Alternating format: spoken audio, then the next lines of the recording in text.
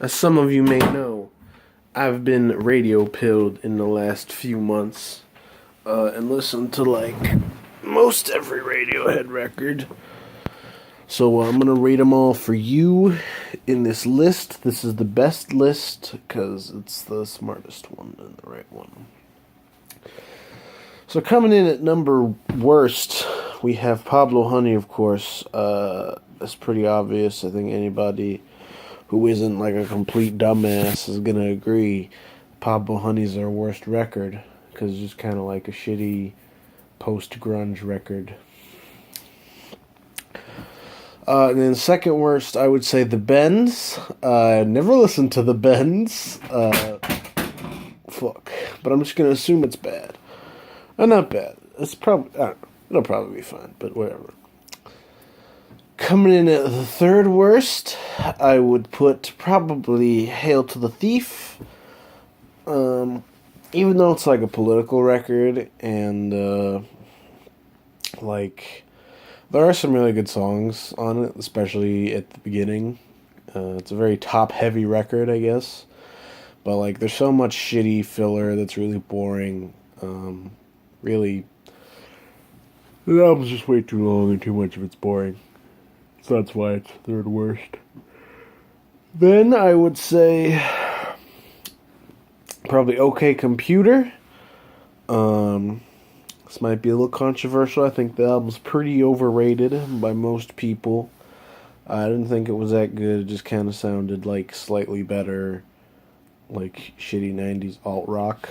Like, it wasn't bad, of course. But, yeah, not that great. Fitter Happier is, like, the best song on it, and that's just, like, a robot talking over a weird beat. So that's how you know it's good. Then, I would say Moon-Shaped Pool. I didn't listen to all of Moon-Shaped Pool, only, like, the first few songs. Wasn't too into it, kind of got bored and stopped, but I did like Burn the Witch. That's a good song. So that album's probably pretty good. Then, I'd say Amnesiac. Just a pretty good record, like solid 7. Probably their most inconsistent because, like, Amnesiac has some of the best Radiohead songs, like, bar none. But that also has a lot of really mediocre songs as well.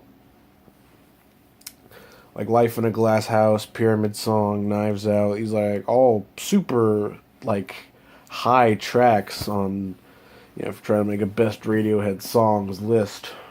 But yeah, the rest of the album, or a lot of the rest of the album anyway, is just kind of bland. But it is still a pretty good album overall, I would say. Then we're getting to the real good albums. Then it'd be King of Limbs, I would say. King of Limbs is criminally underrated, I think. At least by, you know, stupid asses like Mel and stuff. And there are other people who don't like it either, but it's just like a really good exercise in minimalism from a band whose sound had just kind of been getting bigger and bigger. You know, like the previous record was In Rainbows, which had all this super big production. So I kind of appreciate how scaled back and low key King of Limbs is. I think the production, while it is very minimal, like I said, and it's usually just like a drum machine, a bass, and a guitar, and then maybe like some weird effects coming in the chorus or something. I think the instrumentals are just as big as they need to be. And they do a lot to help, you know, again, the low-key vibe of the record. I think it's really good. Kind of reminds me in terms of, like, the stylistic choice of, like, No Love Deep Web, where it's these really comparatively stripped-back beats, or I guess it'd be production on King of Limbs. And really just lets the frontman go to town. Like, this is, King of Limbs is definitely one of Tom York's best, like, performance records, at least. Just because the beats just, the tracks, it's not a hip-hop record, they're not beats. The tracks just give Tom a lot of just leeway to just freak out vocally. Not even freak out, just sound really nice vocally. But yeah, good record. Probably like a 8 or 9, I would say. Really good. Then I think this is the last two, right? Unless I'm forgetting something.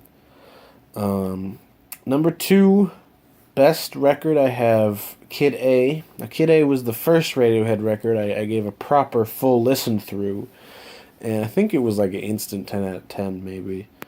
And I still think it's a 10 out of 10, although I've gotten slightly less enthusiastic about it over time, probably because I've listened to their other records, and there are things I've seen them do better on other records than they did on Kid A and stuff like that. But regardless, Kid A is still, of course, masterful. I don't really think I need to say anything about it that anybody else hasn't already said. So, yeah, Kid A number two. And number one, again, unless I'm skipping something, I would put In Rainbows. I think it's their best record because even though Kid A, while I do still think it's a 10, I'd say In Rainbows is more consistent. Like, it has a higher overall average score per song than Kid A. And that might be kind of weird. I rank, when I say a 10, I mean an album has no songs that are below like a 7 for me. That's what I mean when I say an album's a 10. And it has to have like a certain number of like 10 out of 10 or 9 out of 10 songs. That's like, that ranges from album to album. Because the album just can't be all 7 out of 10s. That's not 10 out of 10. But regardless, I feel like, well, they both have probably the same number of 10 out of 10 songs. I feel like no songs on In Rainbows go below like maybe an 8.5. And there are a few songs on Kid A that I don't think are great. They're all good, of course, but I don't think there's some that aren't great. Like, I don't really like In Limbo very much. And of course the Tree Fingers meme, which, I mean, it is, people say it's a pleb filter. I don't think that's really true. It's just like an ambient track, dog. It's not amazing or anything. Not that I dislike it again, of course. But, yeah. But In Rainbows, it's like, it's just like kind of a emotional roller coaster, I think. It's a bit less ambitious than Kid A, which is the only thing I would give to Kid A over it. But, I feel In Rainbows does what it's trying to do a bit better. It's a lot more varied production-wise, I think. It has a nice variety of sound, I think, while still kind of maintaining a core theme, which is probably just like Tom York's voice, but he is, yeah. Like, you have more electronic tracks like 15 Step, like slower tracks like Videotape or House of Cards. You have like Faust Arp, which is like a fucking lute. I don't know what instrument he's playing on Faust. I think it's probably just an acoustic guitar. But it sounds like kind of a folk song. And you have like a butt rock track almost with Body Snatchers. So yeah, the album is just super varied. All the songs are really, really, really good.